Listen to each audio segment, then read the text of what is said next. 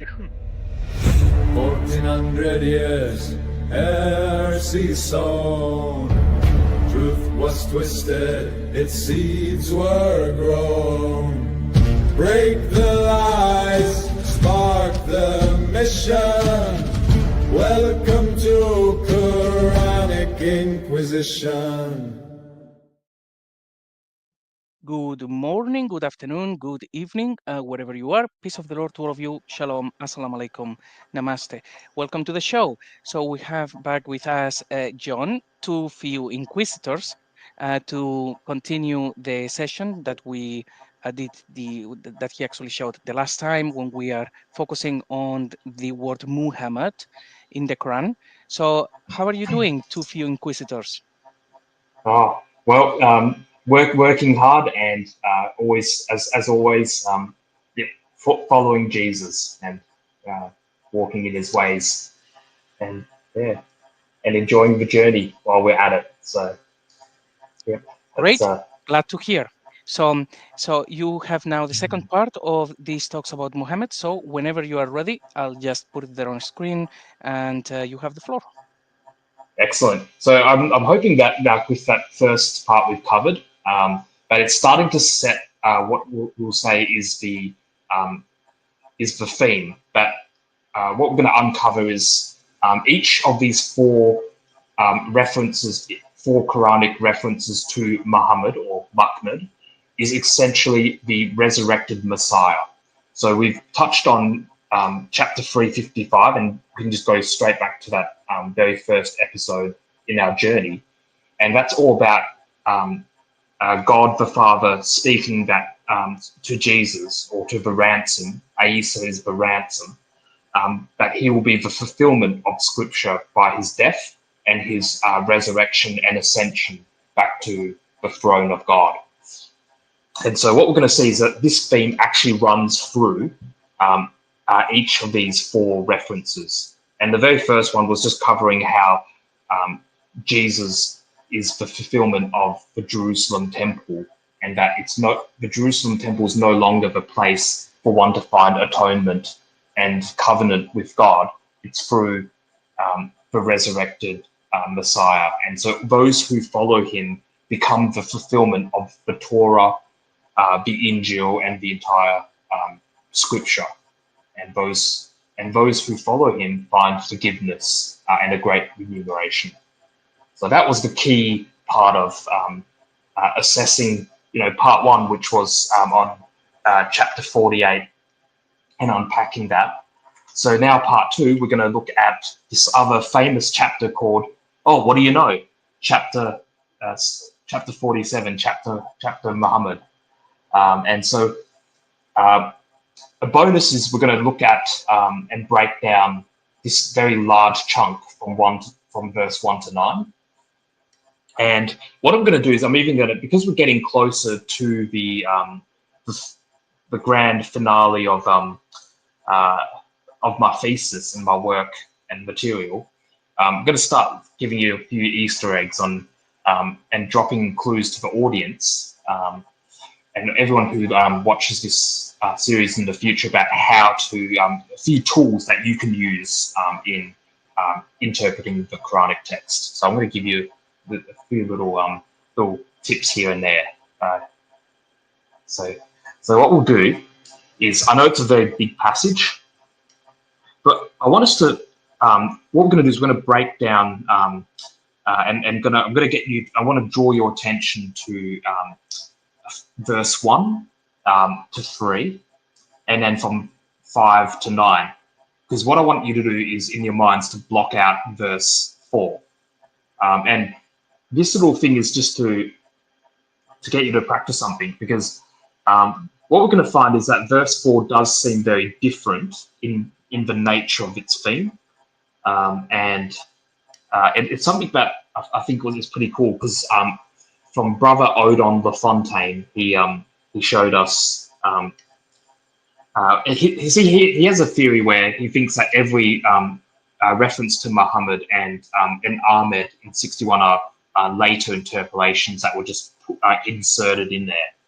But we'll set that aside, and what we're going to do is we're going to go through how the Bible and biblical theology actually makes sense of, well, certainly this passage and even all the passages about Muhammad, the most intensely praised one. And that is none other than the resurrected Messiah, Jesus. But of course, first things first, let's have a quick perusal. As I said before, there's nine verses. And what I recommend all our audience to do is to look for patterns. Because what you'll see is that 1 and 3, so I'll briefly read out verse 1 to 3. So, whom covered and intercepted about the way of Allah, he made their works err. Verse 2, and those who believed and worked corrections, and believed by what has been caused to continuously descend over the praised, most intensely praised one, Muhammad, and it is truth, it is the truth from their Lord, which covered up about them their affronts and corrected their state. Verse 3, that is by that those who had covered followed the invalidity, and that those who had believed followed the truth from their Lord. Thus Allah drubs for humans their likeness. And we'll have a quick pause. Because what I want the audience to really think through is when we take that as a general structure, there's a contrast between two people or two groups, maybe. As you can see, verse 1 starts with whom covered and intercepted about the way of Allah. And then the response is God made their works err, or God made their works frustrated. Then verse 2 is the contrast. So verse 1 sets the tone and the theme of this whole passage in general. This is what I want us to do, is to start thinking structurally, to then look for patterns where there's often a contrast between group A, group B. So group A is, let's say, is those who have covered, and it describes them as working against, intercepted, working against the way of God. So think of basketball where the opposing team tries to block. Okay, and as we've looked at the book of Acts in our last episode, and even in every episode, we get a glimpse as to who the identity of this particular group might be looking like. And then the contrast is group B, those who believed and worked corrections and believed by what has been caused to descend over Muhammad, the most intensely praised one. And we can now start seeing believing the most intensely praised one is believing the resurrected Messiah, Jesus. And we've looked at this before. It could even mean, and he is the truth from their Lord. Because what is significant is instead of their works, as we saw in verse 1, their works are frustrated. It says, their Lord God, or even perhaps even the most intensely praised one, Muhammad himself, covered up about them their affronts and corrected their state. And then verse 3 finally puts the two groups together. So what does it say? It says, those who had covered followed invalidity, those who believed followed the truth, and for all humans, that is the likeness. Is this making sense, Brother JC? What are your thoughts just by doing this, using this tool that I want the audience to have? To me, it makes perfect sense. I mean, as you know, I have actually spoken even on the channel about verse 2, like probably about 100 times. So I know this one by heart already. So everything that you are saying, it makes perfect sense. Let me try to add just a little bit more for anyone who is not familiar with this argument. So Muhammad is Jesus, or John is saying probably the resurrected Jesus. There is this thing as to, okay, if they use the name Muhammad for Jesus, is it a particular time during his ministry? Could it be specifically for pre-crucifixion or post-crucifixion? This one, John is saying, it's actually sounding to me like it is specifically about Jesus post-crucifixion, and they call him that. Okay, that's great. But now, an interesting feature. So when we read this according to the narrative, what we get is this is all about Muhammad. But look at this. As you were talking, John, I have gone to my favorite translator, Sahih International, aka Daif International, aka Dave International. So let me read verse 1 so that people can see the difference between what we read and what it is actually written in the Arabic. What they translate is verse 1: those who disbelieve and avert from the way of Allah, He will waste their deeds. They translated this, at least if International, I could check others, but in the present tense. This is not in the present tense. It is talking about someone in the past tense. The same thing happens in verse 2. So why would we have here these verses about Muhammad talking to a crowd about himself in the past tense? It makes no sense. And when we get to the translators, we see that they are embarrassed by it. So they have to put it in the present. So it sounds like Muhammad is talking to the crowd. But this is not the case. This is talking about a past event. So that is the first thing. The tenses in the Quran, they reveal lots of these things to do with Muhammad. It's not the guy from the Hijaz walking around. It's talking about a past event, and translators, they just do anything to shoehorn a different story. The other thing that I would like to just point out is that in here, when it says it is the truth, in Arabic is the same word for it and he. So it really depends on the context. So this one you could read it as it is the truth from the Lord, and that means that which continuously descends.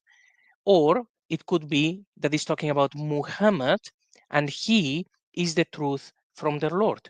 That's just an observation. I don't think we can prove it either way until we have unpacked more verses. But the third observation is that, isn't this curious? So John is saying, so this is about Jesus, which I totally agree, and I've discussed this many times as well.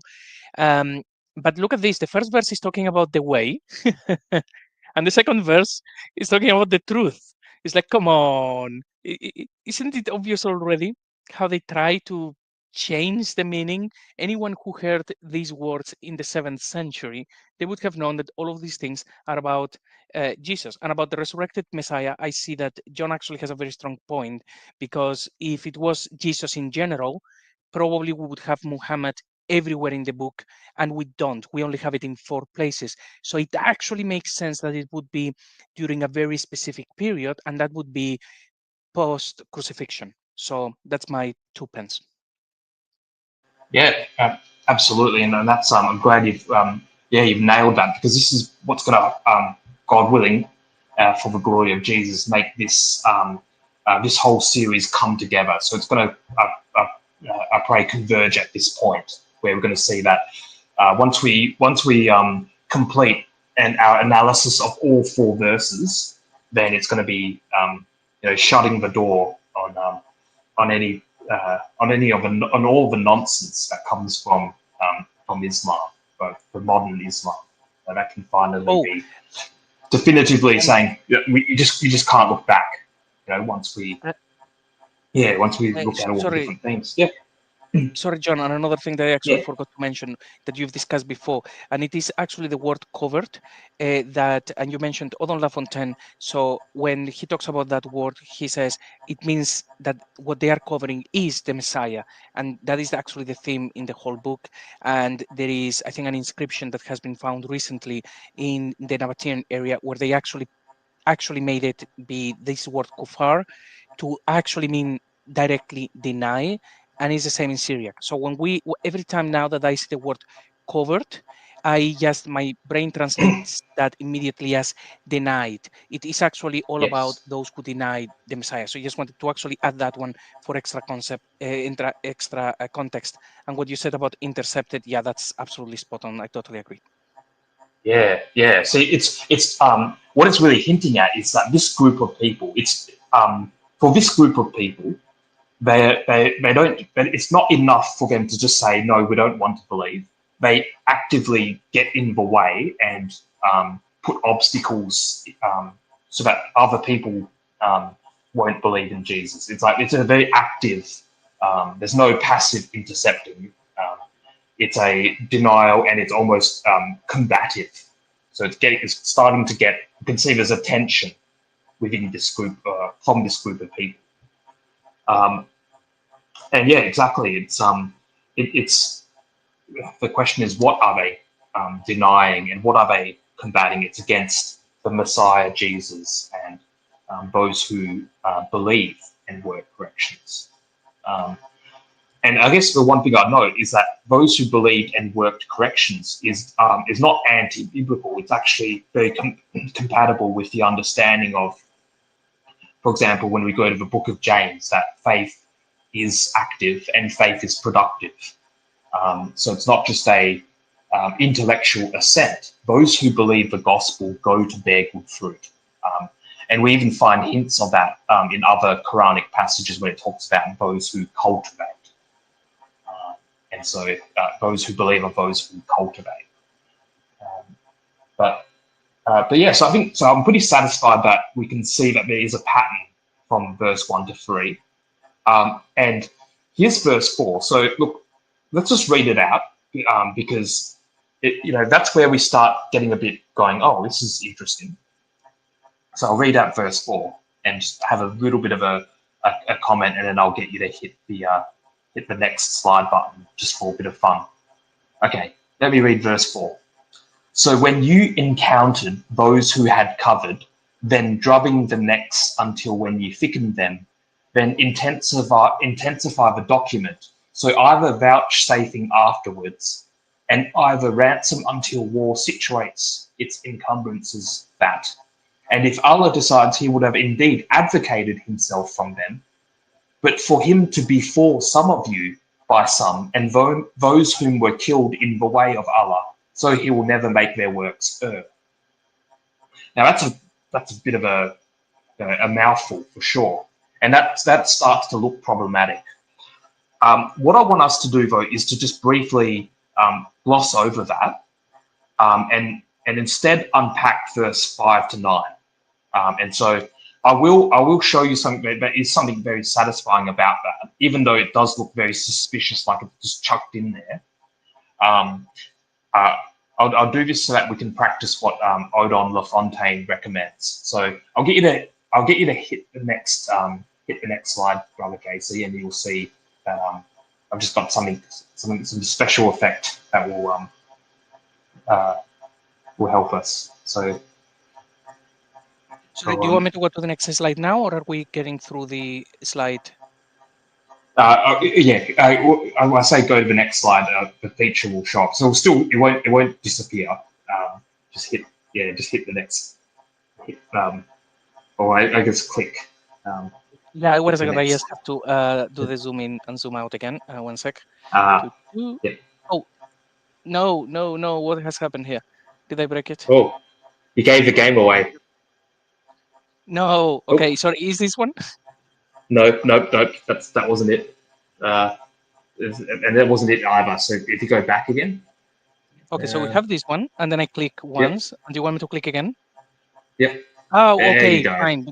See, that's what I wanted to do. Sorry. Oh, that's all right. At least the viewers get to. I'm not going to take it positively. The viewers get to see that there's a lot planned in this. So this is why we can't just rush through every one of them. I want us to actually really, enjoy the journey, and you can actually see how this is all going to cumulatively add up, and it's going to add up to saying that there is no modern Islam in the first place, because like that verse 4 actually does have a better explanation, which I'll walk us through soon. What I want us to do is just practice this idea that like what I said is it's very suspicious. If you just look at this passage, verse 1 to 9, verse 4 has that much. It's like verbal diarrhea. Look at verse 1, 2, and 3, and then suddenly verse 4 sort of just bloats out like that, and then verse 5 to 9 just start going into short sentences. I mean, I don't know about the audience or in the chat, but that does look pretty suspicious, and that's what Odon says is like, look for things that break the syntax, because if people want to insist that the Quranic text is poetic, how does it make sense to go to follow a certain pattern and just have one huge paragraph, and then how's that poetry? I don't know. What are your thoughts, bro? Well, about the size of the paragraphs of the verses, that's an interesting topic on its own. There are some places in the Quran where you have a whole section where it's short verse, and then suddenly something massive, which really sticks out like a sore thumb. It's almost like they inserted that, but that is a completely different. That's a can of worms we don't want to open. But yes, there are things that just feel incredibly weird, and it shouldn't surprise anyone, because when we read the Quran, we see that they are supposed to have some stories with a little section here, then another section all the way over there. So it seems to all be like shuffled. So it shouldn't surprise anyone. Also, things were inserted late. Also, we have kirats. So there are so many different variables that I think we are just doing our best to make sense of this jumbled book.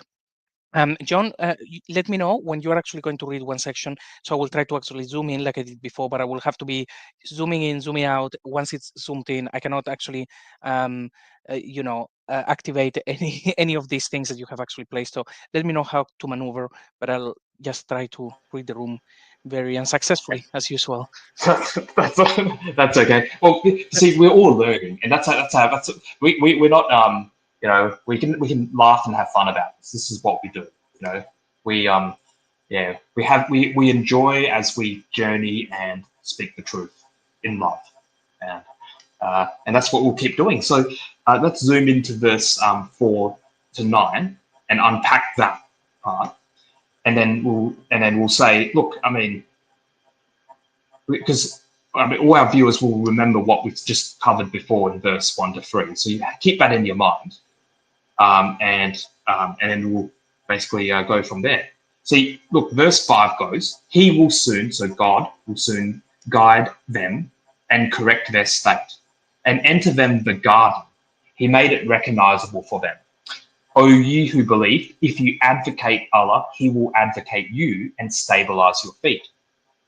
Verse 8, and those who covered, as for them is haplessness, and he made their works err. Does everyone remember that phrase? That was in verse 1 at the start. That is, so yeah, and we'll continue. That is by that they hated what Allah has descended, so he frustrated their works. So remember what I said before, is like try to look for a pattern, like try to look for what's called bookends, where the introduction and the conclusion close the topic of the Quranic passage.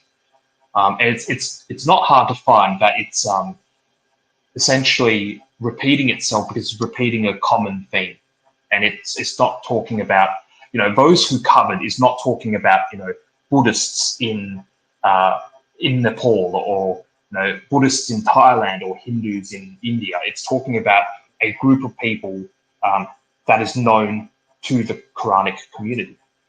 And so we're finding that believers are those who follow the resurrected Messiah, Jesus. And we keep seeing that what it's said of believers is about forgiveness and about God supporting this community, and God prospering their works. Now, the coverers, on the other hand, it says he makes their works err, and he frustrates their works. So can you see the contrast, and how the theme is consistent from what we looked at earlier to what we see here in verse 5 to 9. So that's why I thought it would be fun to just block out, because you can also see obvious things like this is huge and very fat in comparison to the general structure if we zoom out again. So if we zoom out the slide a little bit, so we can see the passage again, and then I'll just read verse 3, and we skip to verse 5. It actually makes more sense, doesn't it? That is by that those who had covered followed the invalidity, and that those who had believed followed the truth from their Lord. Thus Allah draws for humans their likeness. He will soon guide them and correct their state. So it quite seamlessly flows if we blot out verse 4. What are your comments, Brother JC, and people in the audience in the chat? What do you guys reckon? I think you are absolutely right. That actually seems to flow correctly. And just actually zooming in as well on this from before. So you keep reading the word, what is it? Those who covered, like for example here. So again, that is about those who deny it, and they're not going to be very successful. And then that is by that they hated what Allah has descended. Now, when we see I think when you see the present perfect or the past tense in Arabic is the same, so you cannot tell them apart. So this would have been, I think, Murad guessing, okay, so this is going to be talking about the Quran, therefore it has to be translated as what Allah has descended. But if you assume that then this is all going to be about Jesus, you would translate this in English as by they hated, see, past, what Allah descended. So he frustrated their works. Everything would again be in the past tense. And then going back to what John has read, it then really makes sense. It's talking about Jesus, about people denying him and then doing things. And once again, actually, I had not noticed that before. In verse 3, once again, we have this expression. Every time I see the truth in the Quran, I'm thinking, okay, so this is just talking about Jesus. So I think you are onto something. I think this makes sense. And I'm actually looking forward to know why you have actually removed this verse here. Just very sus.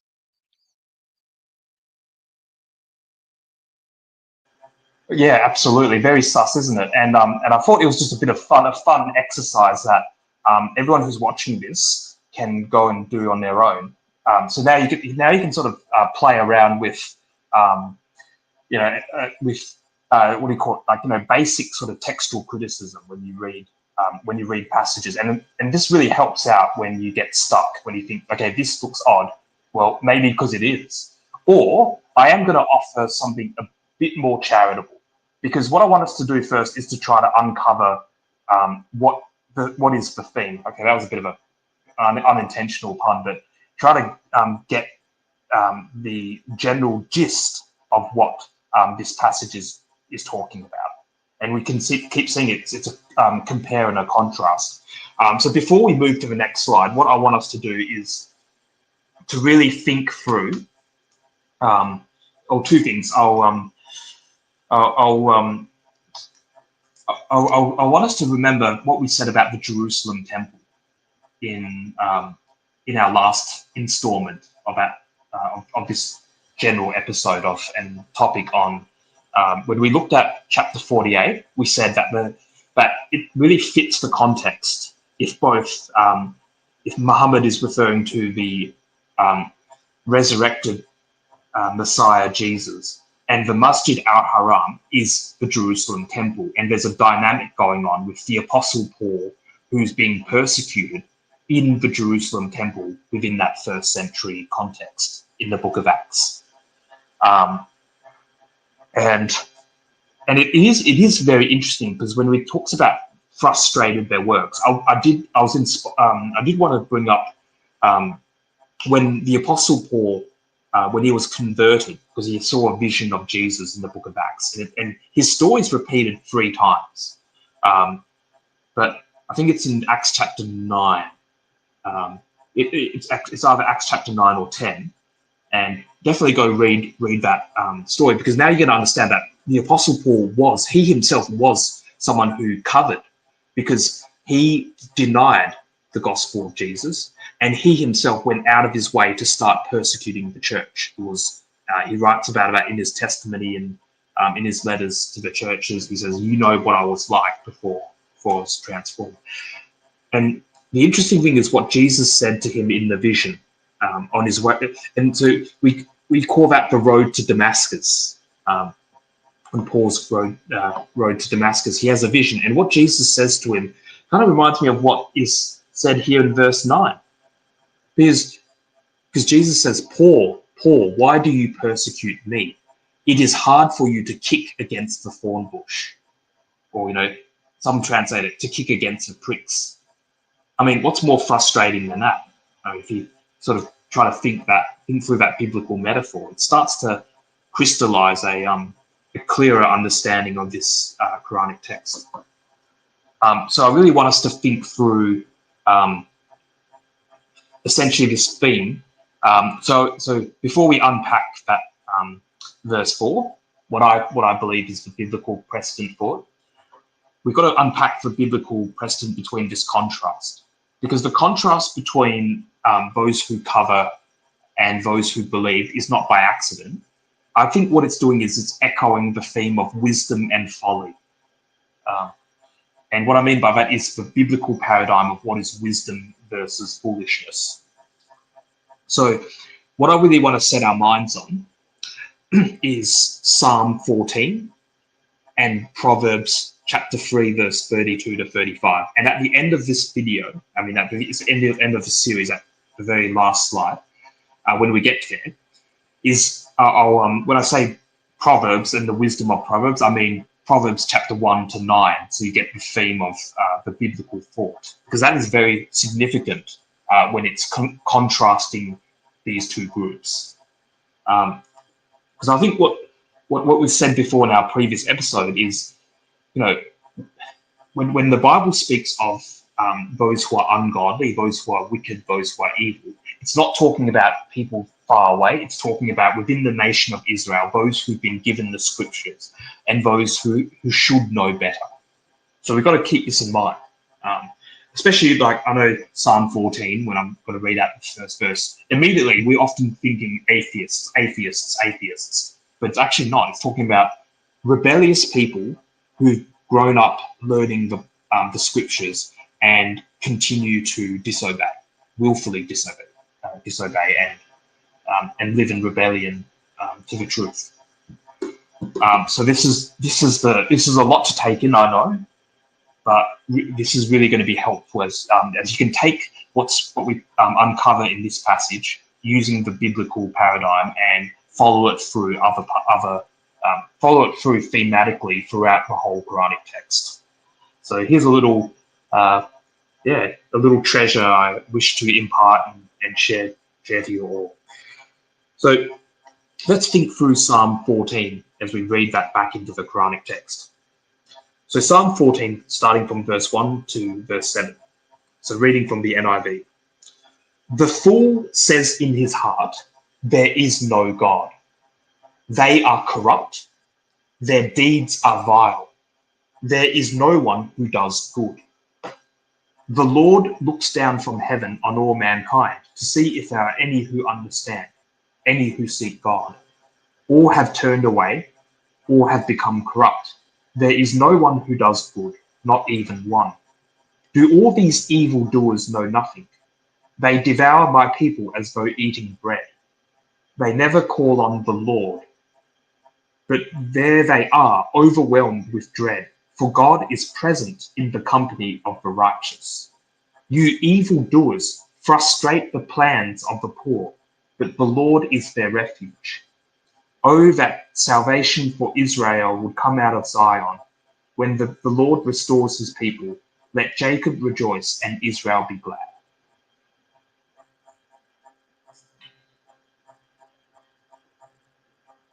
So what are your thoughts, Brother JC, on that? I am not sure. I'm still actually thinking about. Are you going to talk about Acts 9? Because you've mentioned that one about the road to Damascus. I don't know if you have that prepared in next slides. No. I was only making that in a passing reference. Okay. So Yes. yeah. Because the moment that you said that, I'm just thinking about that. I always found it odd when Jesus appears to Saul and says, "Why do you persecute me?" And I always found it a bit odd. It's like he's not persecuting Jesus. Jesus is at that point in heaven and he appears to him, but you cannot persecute Jesus. He's already gone. The persecution would happen, before. So he's actually persecuting those who accept the Messiah. By definition, him persecuting Jesus, he would be denying the Messiah. When we are actually then looking at these verses that you are showing, is that exact theme.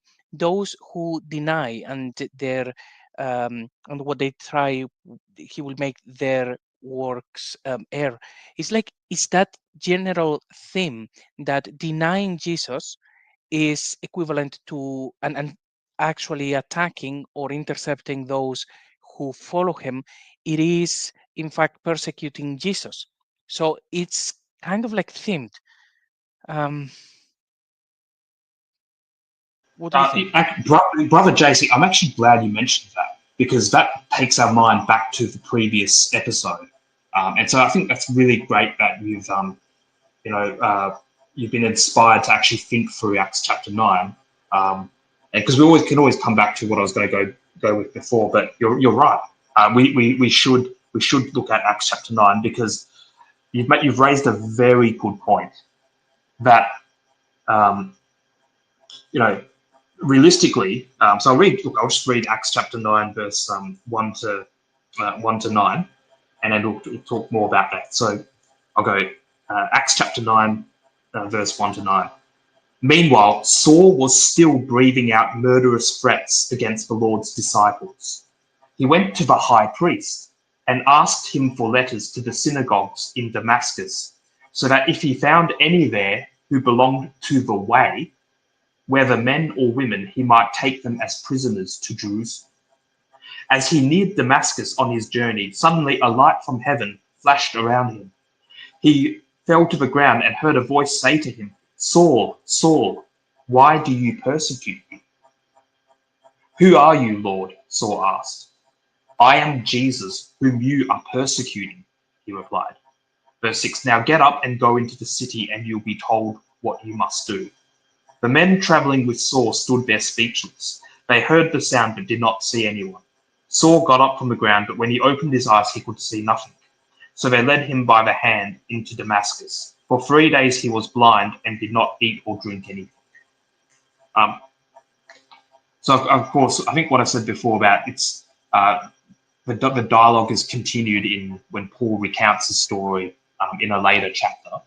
But you know what that reminded me of when we looked at that previous verse in chapter 48, where it said, with those, so Muhammad, the praised one. Okay, so Muhammad is sent from God the Father. So we can interpret, Muhammad is the messenger of Allah, and those with him. So that's interesting, because then it's like, if you deny and reject the Messiah and you persecute the people who are the Christians, then Jesus says, "Why are you persecuting me?" in Acts chapter 9. And so we can see that theme being repeated, almost eerily parallel when you think about it. Because it says those with the resurrected Messiah. And we look at the biblical account. Jesus, when he rose, was with his first disciples for about 40 days before he ascended to be with the Father and to take his throne. And so when we think that through, it's like, hang on, it really is taking that idea that Jesus is with his people in a present spiritual sense. So what he says to Saul, it's like the Quran is trying to take that same theme. The Quranic text is actually, paraphrasing scripture.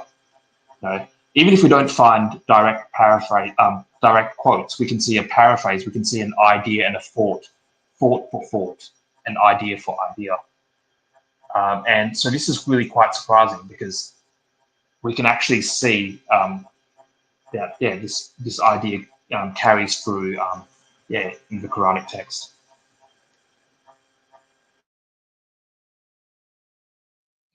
Yeah, that's very interesting. Now, when you were actually reading that, I also realized that something I keep forgetting, that during the first days of Christianity, they were called the Way. This was as follows: the Way, and which makes me think that there are these verses that talk about Sharia, which sometimes they translate that as law, but in Surah 45 they translate that as "we put you on the ordained way." And I don't know, I'm maybe just reading too much into that, but No, yeah. yeah, well, but even then, it's important to note that from the book of Acts, we actually see, just like in this Quranic text, there is no neutrality, is there? So, you know, the Apostle Paul wasn't like, okay, so Saul, before he was breathing out murderous threats against the Lord's disciples. There's no sense of, okay, you believe that? That's good for you. You can keep believing that. I just don't want to believe that. I'm not interested. No, this was, okay, you want to keep believing and preaching the gospel. This means war. He actually, this is like, we're going to shut you down. There's no neutrality. You know, you don't see any neutrality. You know, this, okay, what's true for you is true for you. There's no tolerance in this sense.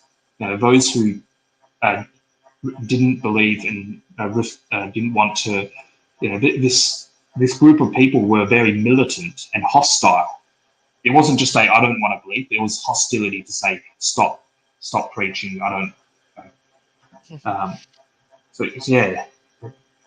So Yeah, actually, just reading that again, and yes, definitely reading too much into it. But now, after this conversation, those or whom denied and intercepted about the way, can you imagine that all of this is, say, grossly mistranslated, and it was supposed to be about Paul being intercepted by the way after denying Jesus by Jesus? I mean, that would be hilarious. yeah. Yep, it would be, absolutely, and I wouldn't be surprised if that's what the Aramaic will uncover. You know, when you know, more information we get, but just using the data we have, we're basically seeing there is no room for the standard silly Islamic nonsense. There's just no room for that. Like, there's more coherence when in both the Muhammad passages we've looked at, when we actually look through the corpus of the Old and the New Testament. Because even with Psalm 14, we get the idea. It's like there's no neutrality. You know, there's a lot of people saying they claim to believe, but they deny the truth of the Messiah, and it's like, you know, there's corruption, and then there's that. From Psalm 14, we see there's just this same distinction. Yeah. Yeah, the theme is clear, and also it makes more sense now thinking about how the Quran is supposed to be structured. Every time that they say, oh, those who disbelieve, those who covered, and so on, it's like, but that doesn't make any sense in the context of Islam. But if it is the context of Christianity, it makes perfect sense. It's telling the story that everybody knew in the 7th century. When it comes to Islam, we have to shoehorn all of these things that Muhammad is not accepted, so he has to move from Mecca to Yathrib, and all of those things is okay. That doesn't make any sense. This is actually talking about Christianity. So I think your whole thesis of reading the Quran through the lenses of the Bible is just essential. And I have heard similar things, like to a degree, from people like Gabriel Reynolds, who will say these people were Christianized. They understood a lot about what was going on. So you have to understand the Quran in that sense. Odon Lafontaine talks about it as well. So I think the way that you're unpacking this is something that lots of scholars, they're having that general feeling, but you are zeroing in on the actual text and say, okay, let's put that to practice. Let's read the Quran and the Bible and see what happens. So thank you for actually giving this clarity. And I think the theme is very, very, very clear.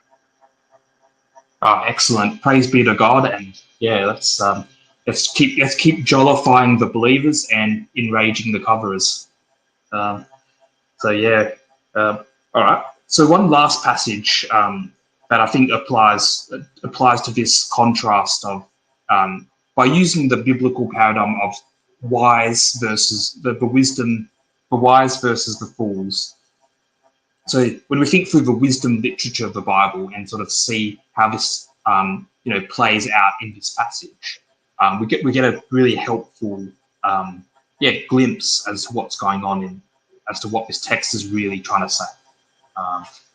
And so check out. So what I recommended before is it's definitely reading through Proverbs 1-9 to get the idea of biblical wisdom, because it's not about a fool isn't someone who is. It's not about intellect. It's about moral. It's about moral accountability. So this person who should know better is not doing what is expected of. Is essentially where it's coming from. So if we look at Proverbs chapter 3, verse 32 to 35, I'll read this out for you. For the Lord detests the perverse, but takes the upright into his confidence. The Lord's curse is on the house of the wicked, but he blesses the home of the righteous.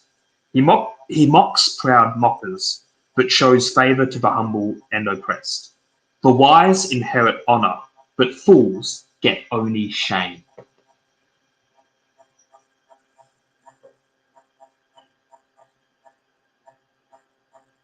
So yeah, it's quite big, isn't it? But when you keep seeing this same contrast and the same this comparison, this contrast in the text of Proverbs, and you can slowly see that seeping out of the Quranic text, like where it says, for example, frustrating their works or being put to shame, for example, and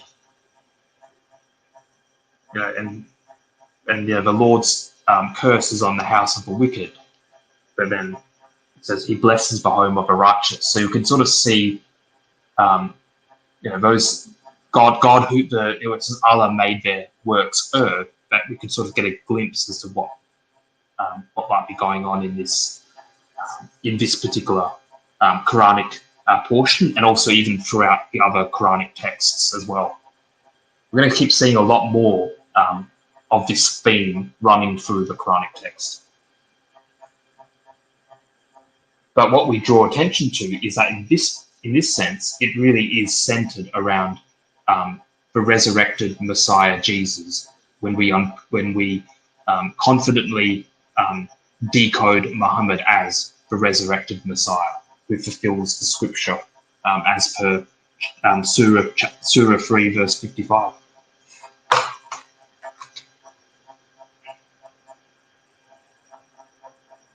So is that a cue to actually move on to the next slide?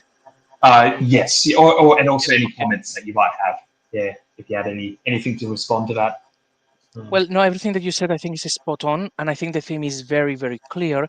The only question then is, so is those who actually cover denied? And you have shown that as well in previous episodes. It is all about those who deny the Messiah. So the theme is actually very clear.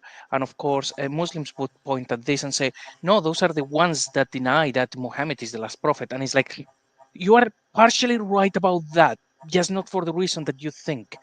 So I think it's actually very, very clear that the theme is there, and is just clarity as to, for example, what it is that they are denying. And verses like this, and as you have unpacked it, is in the past tense, is about Jesus resurrected and so on. So I think you are spot on this. Excellent. So what we're going to do is, as we move on, now let's what I was going to do is I was going to unpack verse 4, but yeah, and then we might do another episode on the next passage. But look, verse 4. So let's keep all these ideas in mind, and then let's take it to verse 4, because it's not saying what it might sound like.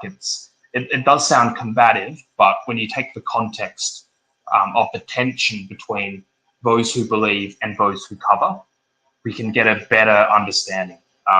So what I'm going to propose is that this whole verse is a historic recounting of what occurred in 70 AD when the Jerusalem temple was destroyed and Jerusalem as a city was wiped out by the Romans, because that's really where the heart of the tension was within the first century between the Jesus movement and the temple establishment. And you can read all sorts of interesting literature on both sides about that. So verse 4. So when you encountered those who had covered, then drubbing the necks until when you thickened them, then intensify the document. So either vouchsafing afterwards and either ransom until war situates its encumbrances.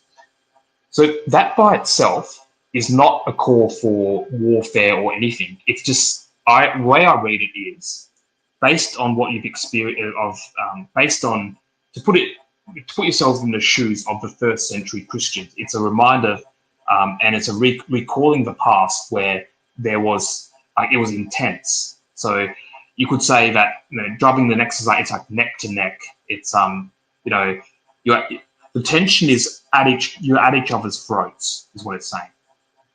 So we could read that we can read it figuratively, so non-literally. It's that the conflict between the two movements was intense. It was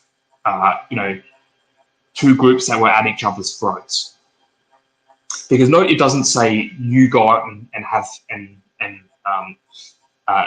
you go out and attack anyone. It just says this, and either ransom until war situates its encumbrances.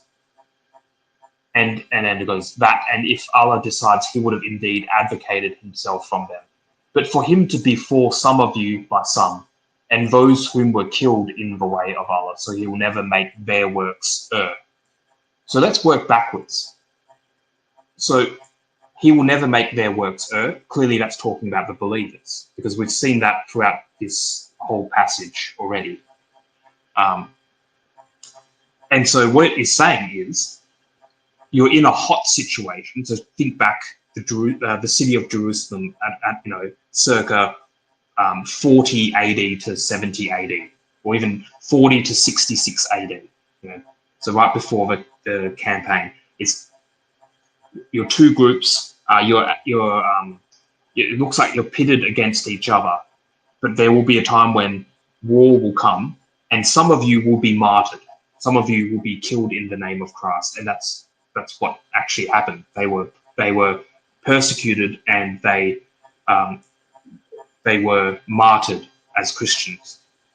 So note that nowhere in this passage is it ever suggesting, if you actually just read it for what it says, it doesn't say you go out and make a war. It says if war encumbrances, if war happens to take place. And that is exactly what took place in 70 AD. There was the Romans surrounding the city, but then there were groups and factions of people within that were surrounded in Jerusalem that were starting to fight each other, and there was a lot of violence. Think gang warfare. Think what happens when people descend into madness and act like animals. So that's what I'm reading that passage as. It's a nod to the historical event of 70 AD.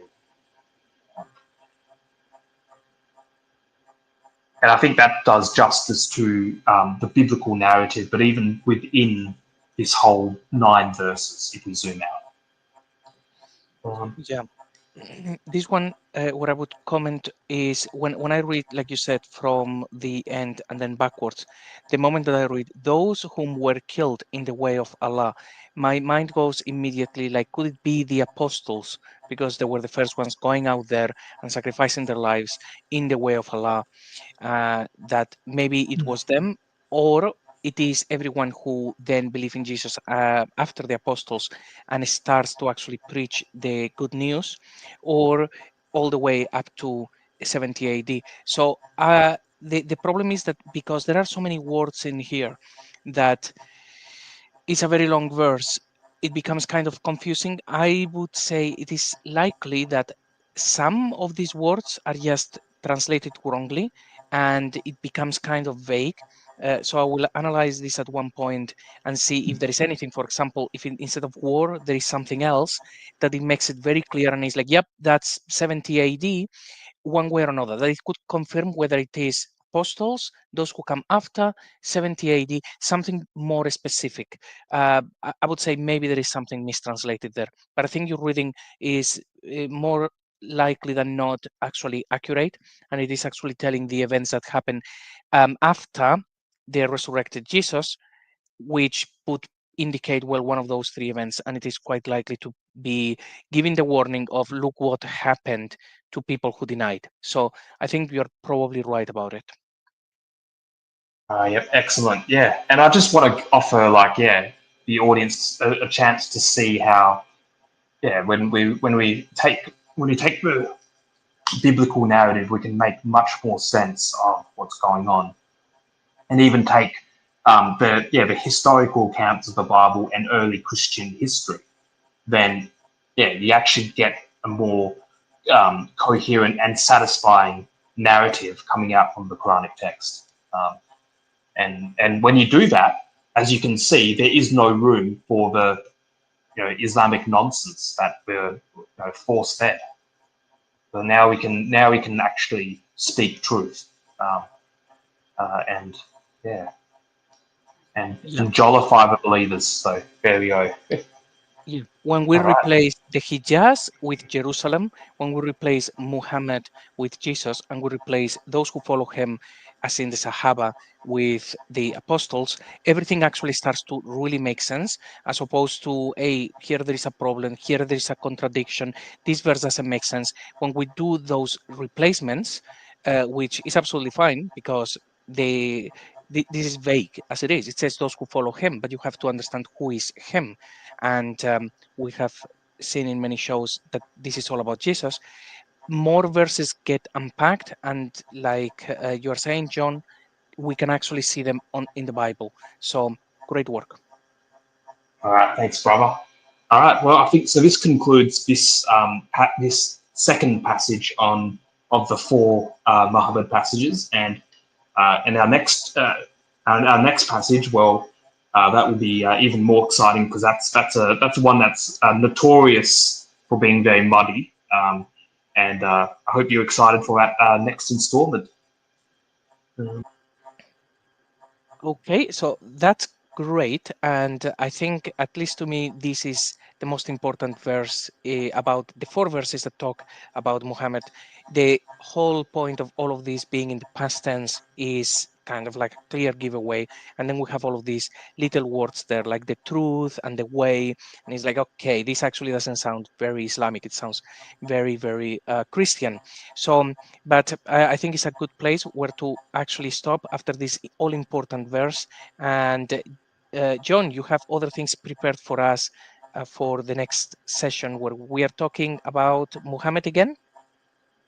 Yep, back to work on the next it'll be the next passage in chapter 33, verse 40 to 44, and that is notorious for being an interesting verse because chapter 33 is just a weird one in general. So what we're going to do is unpack specifically those four verses pertinent to the as the Muhammad reference. And we're going to find there's a lot more biblical theology packed in there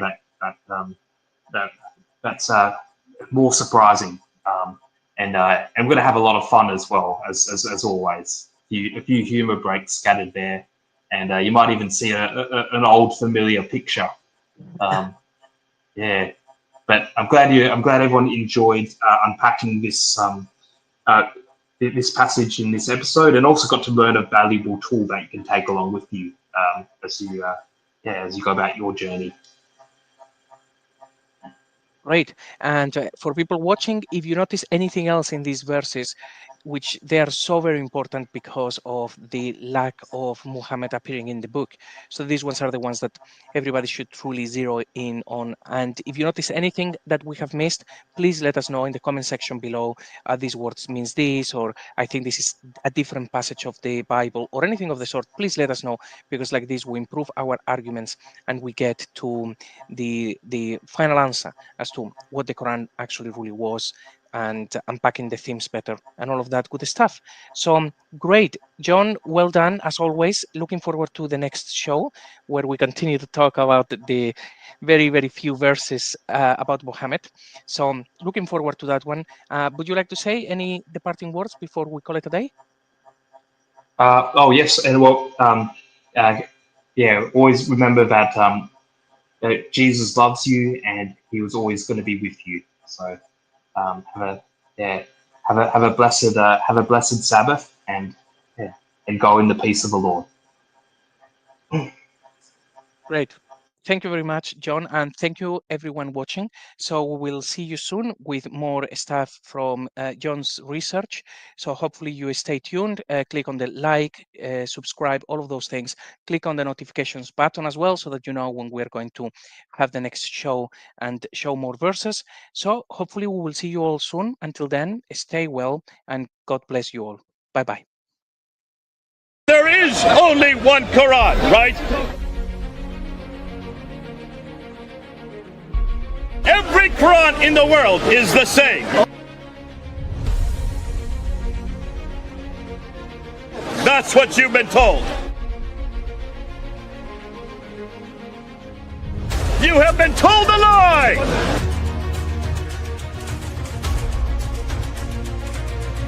Approximately 26 of the Quran. 26 different Quran! There are 0 Dawa guys apparently left on the planet who are willing to defend Muhammad in a debate. Everybody can go and read it. This is a book full of mistakes in Arabic, in the grammar, in the spelling, in the pronunciation. Whoever wrote the Quran made an error because they didn't quite understand what was written in the 7th century in the Torah and the Injil. As promised, I will give you more than 20 reasons why I left Islam in this video. We know that stories about Muhammad were made up on an industrial scale. What in the world is this Injil?